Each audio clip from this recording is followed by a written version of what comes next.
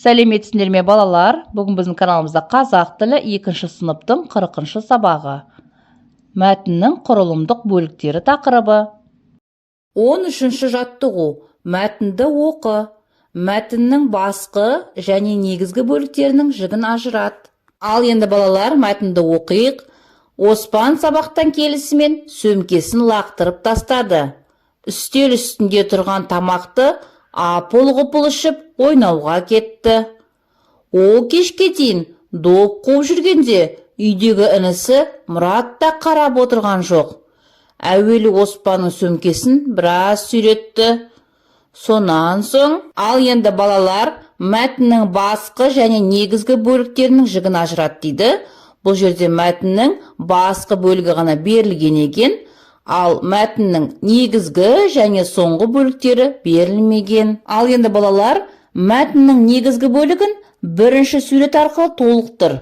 Соңғы бөлігінде не болғанын өзің ойлап тап. Ол үшін екінші сурет бойынша оқиғаны болжап көр дейді. Ал енді балалар, мәтіннің басқы бөлігі бар. Енді біз негізгі бөлігін бірінші сурет арқылы толықтырып, соңғы бөлігін екінші сурет бойынша болжап аяқтауымыз керек екен. Енді әрі қарай жалғастырайық. Сонан соң Мұрат Оспанның сөмкесін ақтарды. Кітаптары мен дәптерлерін шашып жыртты. Содан кейін қалам алып, дәптерлердің ішін де, сыртын да шимайлап сызды. Ертеңіне Оспан сөмкесін ашпаған күйі сабаққа барды. Сөмкесін ашқанда беті жыртылып, сызылған дәптерлері мен кітаптарын көріп, таңданып, қарап қалды. Балалар, мәтіннің негізгі бөлігінің жалғасы бұл сонан соң Мұрат Оспанның сөмкесін ақтарды деп басталатын жерден айтамыз. Ал мәтіннің соңғы бөлігі бұл ертеңіне Оспан сөмкесін ашпаған күйі сабаққа барды деп басталатын жерден бастап айтамыз. Мінекей балалар, мәтінді әрі қарай осылай аяқтасақ болады. Келесі 14-ші жаттығу.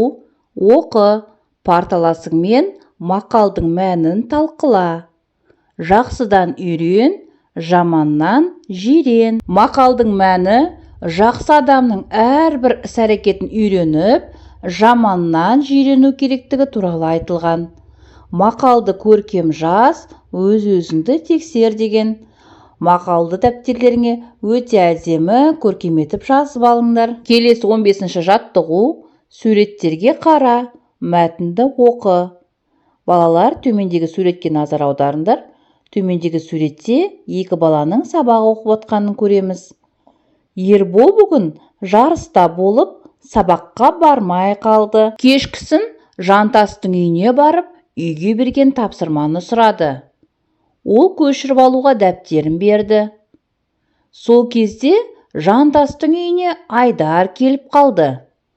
Ол Ерболдың асығыс көшіріп жатқанын көріп, сен оны текке көшірме, мен саған есептің шығару жолын түсіндірейін, сонан соң өзің де үйреніп аласың, деді.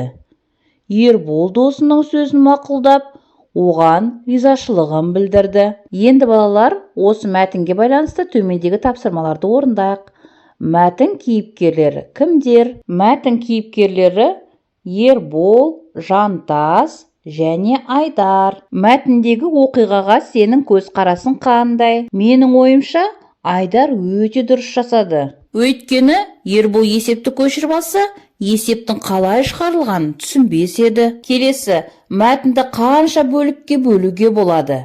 Суреттер қай бөлік үшін берілген? Тағы қандай сурет салуға болады? Балалар, мәтінді басы, негізгі және соңғы бөлік деп 3 бөлікке бөлуге болады. Суреттер мәтіннің негізгі бөлігі үшін берілген. Айдардың Ерболға ризашылық білдіріп тұрған суретін салуға болады. Мәтіннің соңғы бөлігін көшіріп жаз дейді. Балалар, мәтіннің соңғы бөлігі деп біз Ербол досының сөзін мақұлдап, оған ризашылығын білдірді деген жерін әдемілеп дәптерімізге көшіріп жазып аламыз. Келесі 16-шы жаттығу. Оқы.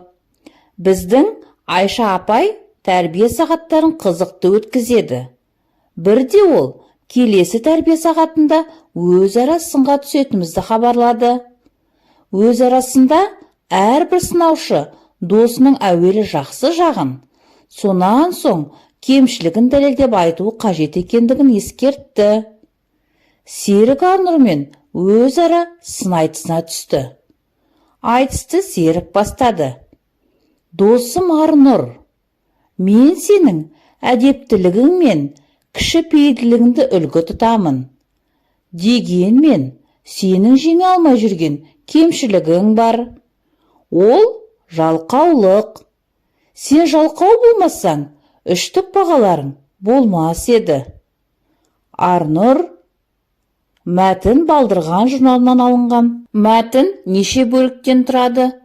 Аяқталмай қалған бөлігі қайсысы? Балалар, мәтін 3 бөліктен тұрады. Басы, негізгі бөлім және соңғы бөлім. Бұл мәтінде соңғы бөлім аяқталмай қалған. Арнұрдың не деп айтатынын жалғастырып жаз. Сыныпта бір-бірімен өзара сынға түсіп көріңдер. Ал енді балалар, Арнұрдың не деп айтатынын жалғастырып жазып көрейік. Арнұр: рахмет, жарайды. Мен жалқаулықты міндетті түрде жеңемін. Болашақта үздік оқушы болуға бар ынта-жігерімді салып, оқитын боламын. Балалар, мәтінді осылай толықтырып жазсақ болады. Осымен балалар, сабақ аяқталды. Назар салып тыңдағандарыңа рахмет. Сабағына лайк басып, каналға тіркелуді ұмытпаңдар. Келесі кездескенше.